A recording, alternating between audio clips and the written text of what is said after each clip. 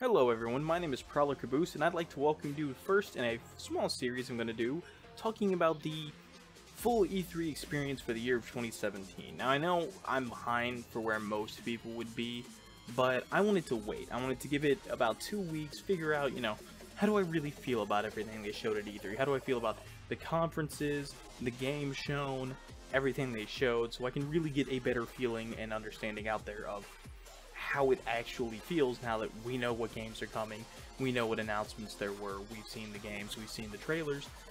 Now I can actually talk without being, hype-ridden about how cool it is, now that we have more announcements about what the game's actually going to be like and stuff like that.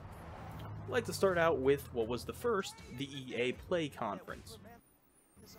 I'm going to start off by saying this was, to me, honestly, one of the worst conferences we had at E3, simply because I don't feel like the sports genre of games is a genre that's actually as big as EA thinks it is within people that actually watch trailers and watch E3 and watch more gaming events.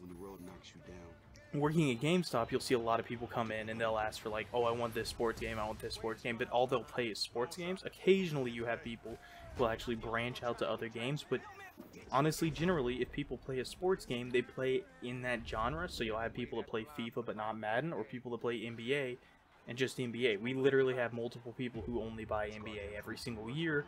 That's the only game they play. Like, that just is how some people are. So I feel like they put a lot of focus towards that. But I'm going to go through everything kind of in an order. They've kicked it off with Madden. And honestly, the big reveal of them having a Madden storyline is actually kind of fun and kind of cool. I enjoy Madden from a casual perspective. I love playing it with my friend. We just do kind of versus matches, and it'll just be me and all my friends. I don't play the My Career mode, I don't play the, seasonal mode or anything like that. That's not for me. But within saying that, it having a story is actually going to be fairly interesting to see, okay, maybe I can play this game now and actually play it for the story and enjoy it because I just enjoy the baseline gameplay of it. Kind of like you would the NBA stories. But the weird thing is it's all going to be college matches, and after the NCAA thing, we all know that they can't actually do college without actually, they can't do any actual college characters or people or anyone actually in colleges, so it's unknown if you'll actually be in different colleges or who you'll be playing against. That's kind of a weird thing with it, because I'd be all for it. I born and raised in Columbia, South Carolina. USC go Gamecocks. I fucking hate Clemson. That's just the way I was born and raised. So it's kind of interesting to me to think, oh, this game's gonna be all about college, but it's not. But it's still there. They then went over to Battlefield 1 DLC, which honestly is kind of a weird place to go to. The DLC is cool and all, and it's great that they announced there's actually going to be more stuff coming out for it, but Battlefield 1 is the fastest dying Battlefield game ever, and Battlefield 4 still has at least half the players at any given point in time that Battlefield 1 does, so it's kind of crazy the fact that they announced they're pushing the DLC back to September. I mean, yeah, we've got the one free map, and I played on it, and honestly, it's the best map in the game, and they announced that they're dropping 2 maps, one this month, one next month, and then the full DLC in September, but it's such a weird thing, I don't know how to feel about it. And then we got more gameplay after the event of the actual DLC, and now we've actually seen a lot about it, and it looks cool, but it doesn't seem like it's got much. See, I'm all about getting the unlocks, getting the weapons in it. That's what's going to bring me back, and to play on the new maps, of course, but I want to get all the weapons. That's first and foremost. I'll get them while playing on the new maps, so it's not too much of a mental jump for me to think, oh, I'll play the new maps, so I'll get the new guns. But it's like a double barrel, a literal assault rifle for the medic class that's good at medium to long and short range. It just is a full auto 24 round magazine weapon. A new LMG that seems nice, but it doesn't really have too many rounds. It's just a new LMG, and a new sniper, the Mosin, which as much as I love it, is just a new sniper. I mean, they all kind of work the same in that game, and they're kind of disappointing, honestly. So it's a little tough to say where we're going to be able to actually go with that DLC. Then showed FIFA 18, announced it will also have a story, which seems to be the regular thing for all of EA nowadays, but they're showing off FIFA a lot. I feel like people who do play FIFA do play other games, but it's a little bit rare. They kind of did it weird though. Men with blazers kind of thing come up, and that was you know, a little bit strange. They then jumped on a whole other spectrum. So you'd think they keep it to NBA and do NBA Live. You get all their sports stuff in a row, but no, they keep swapping it out. After that, they're talking about Need for Speed. Now, the last Need for Speed was actually very good. It did a lot of very interesting things, and I thought it was actually a very fun game to sit down and play with a friend, upgrade the cars, and the fact that it only gave you so many cars really let you personalize out and get to know each car in an intimate way you wouldn't normally, and tune them for different things. Like, you could have one that's for racing, one that's for drifting, one for stunts, one for fighting cops. You know, you'd have different cars for different things, and they would be personal to you because you can only have so many cars. It was a really good system. Well, this one doesn't look like it's going to have that, but it does look like it's going for a lot more of a Fast and Furious approach. Honestly, it looks fun. It just looks fun. It looks like that's going to be an enjoyable game to play, which is the biggest, most exciting thing for me.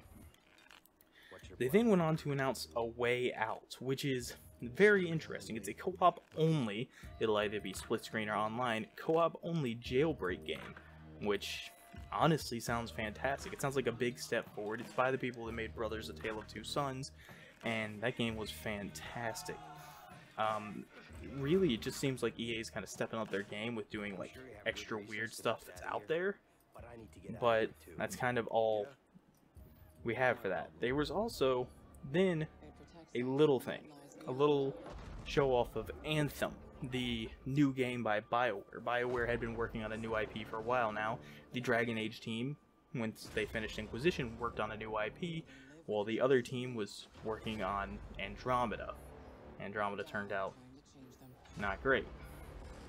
But we only got a tease about it. I will talk about it more in the Xbox video, which will come out probably a day or two after this.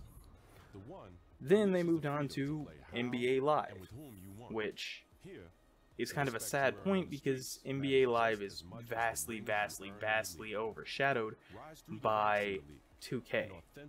Like, 2K has come onto the scene of basketball and dominated it. Their WWE games sell well, NBA 2K sells well, NBA Live, what I was saying, NBA Live does not do as well in any capacity.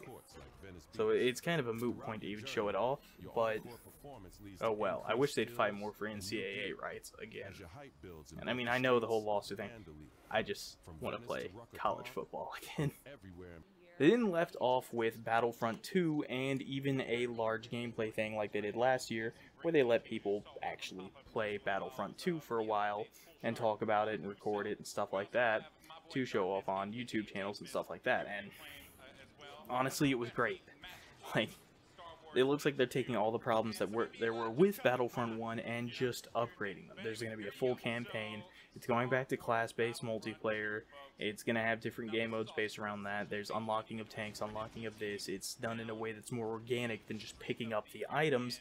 And it's honestly looking a lot better. Honestly, it just looks like every real problem people had with the first one is getting fixed. And it's going to have much more content. And just from what I've seen with it, all 3 generations, and a story mode, and there's actual unlocks and upgrading and like skill things to work through, that's more than enough for me. Honestly, I'm sold just on that alone. Like, to me, that sounds freaking perfect. The fact that they ended the EA conference by doing the same thing they did with Battlefield 1 last year, by just having people play it for 30 minutes where you could just watch them, that was perfect. Honestly, I don't think they could have found or done anything better to actually cap off EA Play. All in all, I wouldn't really give them a score. I'd say their overall performance was poor this year. There were 2 reveals, because everyone knew everything else was coming already. A Way Out and Anthem was all that was revealed, and Anthem they didn't even show off much, but A Way Out was interesting. I feel like they needed to have a bigger showing, and I feel like Battlefield needed more stuff to come out quicker, since the team that even makes it is now on Battlefront 2 and not even working on Battlefield 1 anymore. There's an entire studio dedicated just to working on patches and DLCs.